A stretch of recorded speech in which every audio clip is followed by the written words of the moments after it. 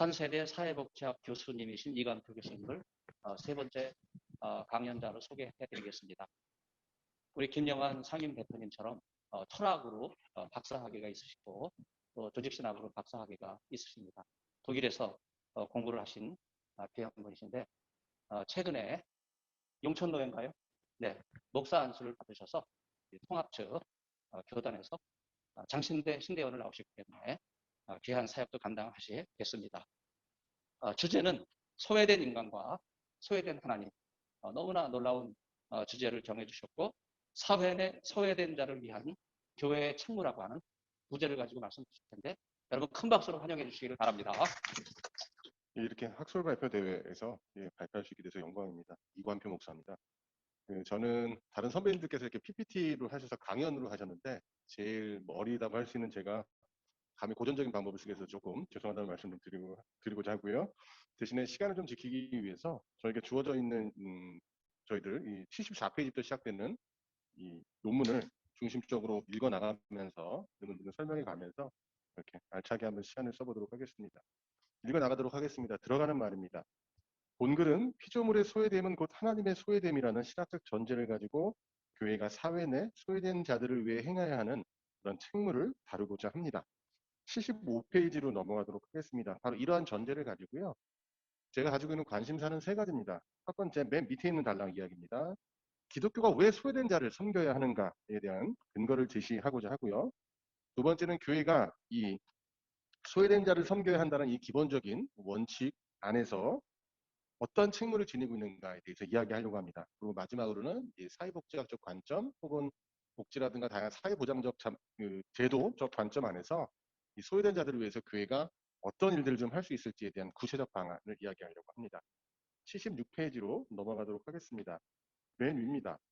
소외된 자를 섬겨야 하는 근거의 문제입니다. 우리는 왜 소외된 자를 섬겨야 하는가?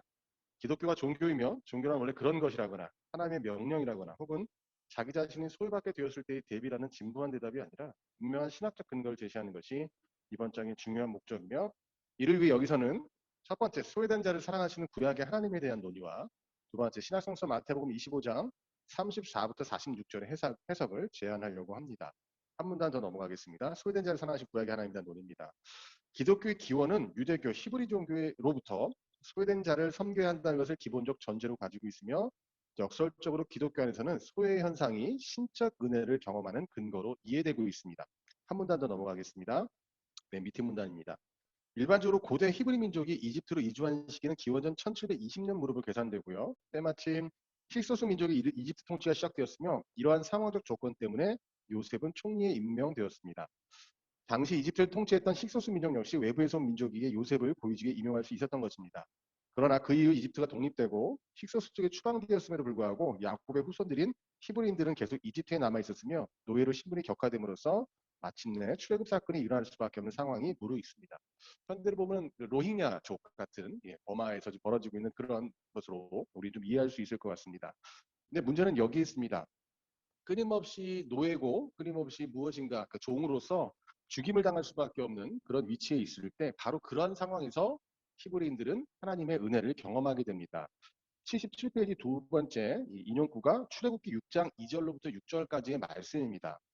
하나님이 모세에게 말씀하여 가라사대 나는 여호와로라 내가 아브라함과 이삭과 야곱에게 전능의 하나님으로 나타났으나 나의 이름을 여호와로는 그들에게 알리지 아니하였고 이제 애굽 사람이 종을 삼은 이스라엘 자손의 신음을 듣고 나의 언약을 기억하노라 라는 말씀이 있습니다. 원칙상 전능하신 하나님은 그 자신의 이름을 알리지 않는 분이십니다. 신의 이름이 알려지지 않는다는 것은 그의 전능함 때문에 그가 어떤 분인지 그가 무엇을 행할지 전혀 알려지지 않았고 결코 알려질 수도 없음을 의미합니다. 그러나 역설적으로 출애굽기의 말씀처럼 종으로 잡힌 자들 그래서 죽음의 직면에 있는 자들의 신음을 듣고 자신의 이름을 드러내어 알림으로써 이제 그들과의 언약을 즉 그들과의 관계를 하나님께서는 기억하기 시작하십니다. 소외된 자들의 고통과 신음과 울부짖음으로부터 그는 자신의 이름을 드러내고 역사하기 시작하십니다. 그렇다면 이렇게 소외된 자들에게 스스로를 하나님께서 알리시는 이유는 무엇일까요? 그것은 바로 하나님이 소외된 자를 사랑하시고 불쌍히 여기시기 때문입니다. 아버지가 자식을 긍휼히 여김같이 여호와께서는 자기를 경외한 자를 긍휼히 여기시기에 그분은 소외된 자들을 사랑하고 그를 다른 이들보다 더욱 사랑하십니다. 즉 신이 사랑하는 피조물이란 낮고 천한 자들이며 그래서 그는 낮고 천한 자들의 신이고 그는 자신을 과부와 고아의 하나님을 선포하시며 하나님의 나라는 마음이 가난한 자의 것입니다. 이것은 하나님의 신비한 본성, 즉 이유 없는 사랑입니다. 그리고 이러한 소외된 자에 대한 하나님의 사랑은 신약에 이르러 예수 그리스도의 가르침을 통해 소외된 자에게 행하는 것이고 하나님께 행하는 것이라는 지점으로까지 확장됩니다. 두 번째는 신약성서 마태복음 25장 34절부터 46절 해서 즉 소외된 자를 소외시키는 것이 하나님을 소외시키는 것이다라고 하는 이야기를 해보고자 합니다. 말씀드린 그 마태복음의 구절은 그래서 지극히 작은 자에게 하는 것, 즉 줄인 자에게 먹을 것을 주고 목마른 자에게 마시게 하며 나그네 된 자를 정접하고 벗은 자에게 옷을 입혀주고 병든 자들을 돌보아주며 옥에 갇힌 자를 가서 보는 것을 곧 하나님께 하는 것이라고 고백합니다. 한마디로 얘기해서 가난한 자에게 한 것이 바로 하나님께 하는 것. 그래서 소외시킨다면 하나님 역시도 소외시킨다는 적극적인 것으로 이해할 수 있을 것입니다. 그러나 민중신학이나 해방신학에서 적극적으로 주장하는 것처럼 소외된 자들 자체가 하나님일 수는 없을 것입니다. 이것은 그 당시에 어떤 새로운 그 상황들을 극복하기 위한 방법적 선포였다라고 우리는 이해할 수 있을 것이고요. 오히려 우리는 맨 마지막 단락 읽겠습니다. 내가 가장 사랑하는 가족을 사랑해주는 자에게 큰 감사를 가지고 내가 가장 사랑하는 가족을 핍박하는 자에게 큰 분노를 가지고 있듯이 그렇게 하나님께서는 소외된 자들을 사랑하는 자를 함께 사랑해 주시고 소외된 자를 핍박하는 자에 대해 함께 분노하신다고 이해할 수 있을 것 같습니다. 하나님은 소외된 자의 하나님이며 동시에 우리의 소외된 자가 있는 바로 그곳에 우리에 의해 소외당하신 채 소외된 자와 함께 머무십니다. 교회는 바로 이러한 의미에서 소외된 자들에 대한 전적으로 다른 방식의 책무를 가집니다. 하나님을 예수 그리스도를 성령님을 자기 자신보다 더 사랑해야 하는 교회는 이제 자기 자신보다 소외된 자들을 더 사랑하며 더 함께하는 책무 앞에 서게 되는 것입니다. 79쪽으로 넘어가겠습니다. 교회의 의미와 책무입니다. 맨 위입니다. 교회가 오래된 이 질문과 관련하여서 신약성서는 교회를 에클레시아로 부르는데 에클레시아라는 헬라어는 소집된 모임이란 뜻으로 교회의 본질은 그리스도의 부름을 받았다는 데 있습니다. 다음 단락입니다. 앞서 언급한 교회의 의미를 통해 본다면 교회란 분명한 책무를 지는 것으로 드러납니다. 그것은 바로 예수 그리스도를 구주로 고백하며 확장, 즉 복음의 전파이고 또한 동시에 세상의 어려움에 대한 책임 있는 행동입니다. 교회는 자신의 의미에 맞게 행동해야만이 교회이며 예수 그리스도의 지체이기 위해 교회는 십자가를 진 예수 그리스도처럼 일해야 합니다. 그렇다면 교회 책무는 무엇이 되어야 할까요? 첫째, 앞서 언급한 것처럼 하나님께 부름받은 교회는 하나님의 백성으로서 철저히 자신의 책무에 있어 예수 그리스도를 통해 모든 이들을 하나님으로 이끄는 복음 전파의 사명을 가집니다. 물론 복음을 전파한다는 것은 단순히 예수 그리스도의 이름만을 고백하도록 만드는 것이 아닙니다. 오히려 예수 그리스도의 이름을 복음으로서 전하는 것은 그의 십자가를 통해 우리가 구원을 얻었다는 것. 그래서 우리는 살았던지 죽었던지 하나님의 나라 안에 살고 있으며 또한 살게 될 것을 전하는 것입니다. 그리고 하나님 나라라고 하는 것은 결국 하나님께서 지배하시는 나라를 이야기하고 있는 것이고요. 이 80페이지로 넘어가겠습니다. 그 두 번째 단락입니다. 우리가 살아가는 현대의 기준은 누가 뭐라고 해도 자연과학이며 특별히 생명과 인간에 관련해서는 진화론입니다. 그리고 진화론은 늘 적자 생존, 약육강식, 자연선택을 이야기하면서 세상을 경쟁과 상호 투쟁의 장소로 해석하도록 만드는데 자기중심적이며 자신의 안위를 위해 다른 이들의 희생을 정당화하는 현대 사회 안에서 진화론이 득세하는 것은 어쩌면 당연한 일이라고 말할 수 있습니다.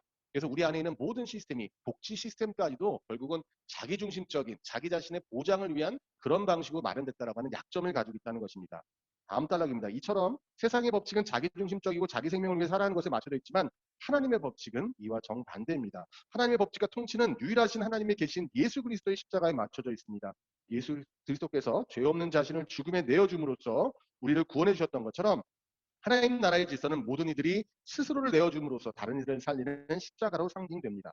즉 본래의 창조 질서이자 또한 종말에 임하게 된 하나님의 질서는 자기 자신에게 집중하는 자아가 중심 밖으로 밀려나고 하나님에게 뿌리를 두고 이웃에 관심을 갖는 자아가 중심이 되는 질서입니다. 교회는 바로 이것을 세상에 전할 수 있어야 합니다. 예수 그리스도의 십자가 죽음을 통해 우리가 본래 창조 질서를 회복하게 되었다는 것, 그리고 예수께서 다시 오실 때 우리는 이처럼 서로의 희생에 감사하며 하면서 하나님 나라의 역할하게 될 것임을 전해야 할 것입니다. 나아가 여기서 교회의 두 번째 책무가 소외된 자, 가난하고 불쌍한 자를 돕는 것으로 드러납니다. 교회는 사람들에게 빚진 자입니다. 교회는 예수 그리스도의 십자가의 빚진 자이기에 소외된 모든 사람들이 나이며 따라서 세상의 모든 사람들, 특별히 하나님이 더 사랑하시는 소외된 자들의 구제를 실행해야 합니다.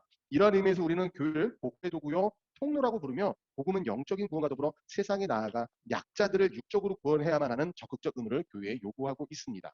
81페이지 넘어가겠습니다. 그렇다면 교회가 구체적으로 섬겨야 하는 사항이 무엇인지를 좀 이야기해 보고자 합니다. 첫 번째, 가난의 소외로부터의 해방입니다. 가난이란 사회 안에서 경제적 빈곤을 지니는 현상을 의미합니다. 일반적으로 가난하게 되는 방법은 다양할 수 있지만 그중에서 특별히 두드러지는 한쪽 상황은 가족 구성원의 질병, 사고, 가출, 이혼, 실업, 사업의 실패 등요. 이러한 큰 사건 앞에서 가족 구성원 전체가 가난이란 고통 안에 함께 고통당하게 되는 경우가 다반사입니다. 그러나 이러한 가난은 단순히 돈을 제시한다고 해서 해결될 수 있는 문제는 아닙니다. 한 달락 건너뛰어서 맨 마지막 단락입니다. 이보다 더욱 적극적으로 교회는 단순한 직접적 구제를 넘어 돈 있는 자들이 가난한 자에게 베푸는 것의 의무를 분명히 교육할 필요가 있습니다. 왜냐하면 가난한 자에게 마음으로뿐만 아니라 물질적으로 도움을 제공하는 것이 하나님의 뜻이라면 부자는 기꺼이 그 뜻을 수행할 준비를 갖춰야 하기 때문입니다. 하나님께서 부를 주시고 물질적인 풍족함을 허락하시는 것은 부자들에게 풍족하게 살라고 주는 값싼 은혜가 아니라는 점을 우리는 인식해야 합니다. 오히려 부가 허락되는 것은 부를 받는 나 자신을 위해서가 아니라 가난한 자에게 베푸시기 위해 하나님께서 나에게 임시로 맡기시는 사건임을 교회는 인식하고 그것을 교육할 수 있어야 합니다. 그러면서 부에 대한 교육 안에서 하나님께서 우리에게 주신 그 많은 귀한 선물은 우리 이웃의 이익을 위하여 사용해야 한다는 조건으로 우리에게 위탁하신 하나님의 위탁물이라는 점, 우리는 이웃에 나눠줄 발린이라는 점을 통찰하고 교육해야 할 것입니다. 그러나 거의 대형 교회들이 이렇게 되지 못하고 있다는 것에 대해서 참 비통할 뿐입니다. 두 번째 단락입니다. 교회가 힘써야 하는 책무 두 번째는 노년의 소외로부터의 해방입니다. 한 단락 더 건너뛰겠습니다. 교회는 바로 이러한 노년의 소외에 대한 책무를 지니고 있으며 그들과 더불어 그들의 아픔을 보듬어야 할 것을 요구받습니다. 그리고 노인 세대에 대한 책무는 의외로 간단한 것으로부터 시작될 필요가 있습니다. 노인 세대들은 대화를 필요로 해서 누군가를 찾고 있습니다. 그런데 아무도 상대하지 않는다면 그것은 사랑하기를 포기하는 것입니다. 소외는 사랑 없음을 나타내는 것입니다. 노년의 경우 지방자치단체 내에서의 다양한 관계 형성과 지원책이 마련되어는 있습니다. 그러나 이러한 관계 형성과 지원책들은 단순한 정치적 제공 및 의무적 복지에 해당될 뿐 개인주의 및 이기주의 안에서 의지할 것 없는 노년의 정신적 궁핍을 해결할 수 없습니다. 따라서 교회의 책무는 교회의 관심을 그들에게 느끼게 할 수 있는 노인 프로그램의 모색입니다. 굳이 프로그램이라는 단어를 사용하는 것은 관심이 일회성으로 끝나서는 안 되기 때문입니다. 정부의 복지 지원을 교회 프로그램과 연계하여 제공할 수 있는 목회자들의 아이디어와 헌신이 필요합니다. 세 번째, 장애의 소외로부터의 해방입니다. 여기서 말하는 장애란 단순히 정신적, 육체적 장애 등급과 연관된 것을 넘어 한 인간, 한 생명이 살면서 겪게 되는 한계점, 그리고 그 한계점 때문에 나타나는 고통을 의미합니다. 83페이지 넘어가서 두 번째 단락 보겠습니다. 교회는 바로 여기로부터 다양한 역할을 맡아 새롭게 수행해 나갈 수 있습니다. 장애인의 생활 환경 자체가 복음뿐만이 아니라 다른 사람과의 만남이나 사회문화의 접촉이 어려운 구조로 되어 있기 때문에 장애인에게 접근할 수 있는 통로의 마련이 교회가 수행해야 하는 중요한 목표로 요청됩니다. 이러한 의미에서 교회는 가장 먼저 장애에 대한 편견을 깨는 다양한 사회운동에 참여해야 합니다. 이념의 차이, 종교의 차이를 논하기 전에 교회는 먼저 장애인들에 대한 보호와 배려가 복지 혜택의 일종이라는 잘못된 생각들을 변경시키기 시작해야 합니다. 오히려 장애인에 대한 보호와 배려야말로 하나님께서 소외된 자들을 위한 하나님이시며 소외된 자들을 위한 생각과 행동이 바로 하나님께 대한 생각과 행동이 되고 있음을 분명히 인식시킴으로써 장애인의 사회 문화에 대한 접촉의 문을 보다 개방적으로 확장시켜야 하는 것입니다. 한 단어 넘어가겠습니다. 네 번째, 낯섦의 소외로부터의 해방입니다. 낯섦을 통해 나타나는 소외와 관련하여 우리는 대표적으로 난민을 이야기할 수 있을 것입니다. 그 다음 단어 넘어가겠습니다.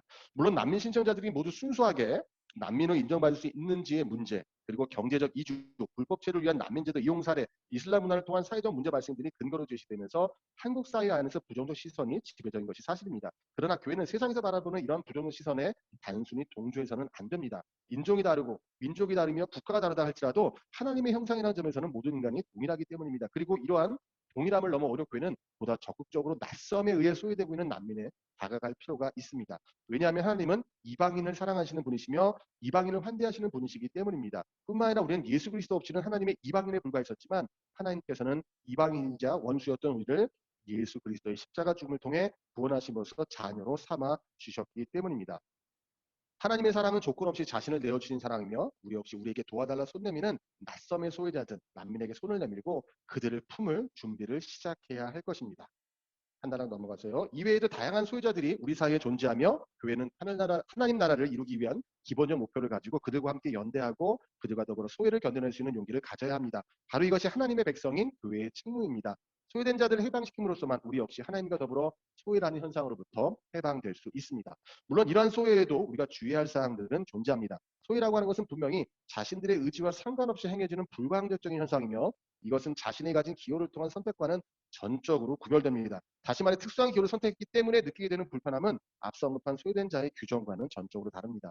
예를 들어서 어떤 범죄를 좋아하는 범죄자가 있어 자신의 범죄를 하지 못하도록 사회가 소외시키고 있다고 주장한다고 해서 우리는 그를 사회 내 소유된 자라고 지칭해 줄 수도 또한 도와줄 수도 없습니다. 소유된 자를 분별하는 능력 역시 교회가 가져야 할 책무 중에 하나입니다. 나가는 말 정리하겠습니다. 두 번째 단락, 맨 밑에 단락입니다. 마태복음 25장 34절 46절에서 언급한 것처럼 소유된 자를 섬기는 것이 하나님을 섬기는 것이며 나아가 소유된 자를 소유시키는 것이 하나님을 소유시키는 것입니다. 물론 이 말은 소유된 자가 곧 하나님이라는 것을 의미하는 것은 아닙니다. 오히려 이것은 하나님의 사랑과 역사하심이 소유된 자들이 더욱 머문다고 하는 기독교의 진리를 지시하며 또한 예수 그리스도의 십자가를 따라 그리스도인들은 소유된 자를 섬겨야 한다는 그들의 본분을 알려주는 것입니다. 소유된 자를 섬기는 것은 호의가 아닌 의무이며 교회가 지는 중요한 책무입니다. 그리고 이것을 잊은 교회는 결코 자신을 교회라고 지칭할 수 없을 것입니다. 맨 마지막 단락 있겠습니다. 물론 이런 소유된 자에 대한 교회 책무는 단순히 인간의 차원에서 멈춰서는 안 될 것입니다. 우리는 인간 중심주의를 넘어서 더 넓게 생명 중심적 사유로 확장해 나아갈 필요가 있습니다. 왜냐하면 하나님께서는 모든 피조물을 사랑하시는데 인간은 이런 모든 피조물을 자신의 욕심에 의해 소외시키고 있으며 바로 이것이 현대의 경악스러운 문제 중 하나이기 때문입니다. 따라서 하나님이 더 사랑하시는 소외된 자에 대한 범위는 인간을 넘어 희생당하고 파괴당하는 생명으로까지 확장되어야 한다고 생각하는데 이것은 기회가 된다면 다음번에 더더욱더 논의를 발전시켜 나가도록 하겠습니다. 네, 들어주셔서 감사합니다.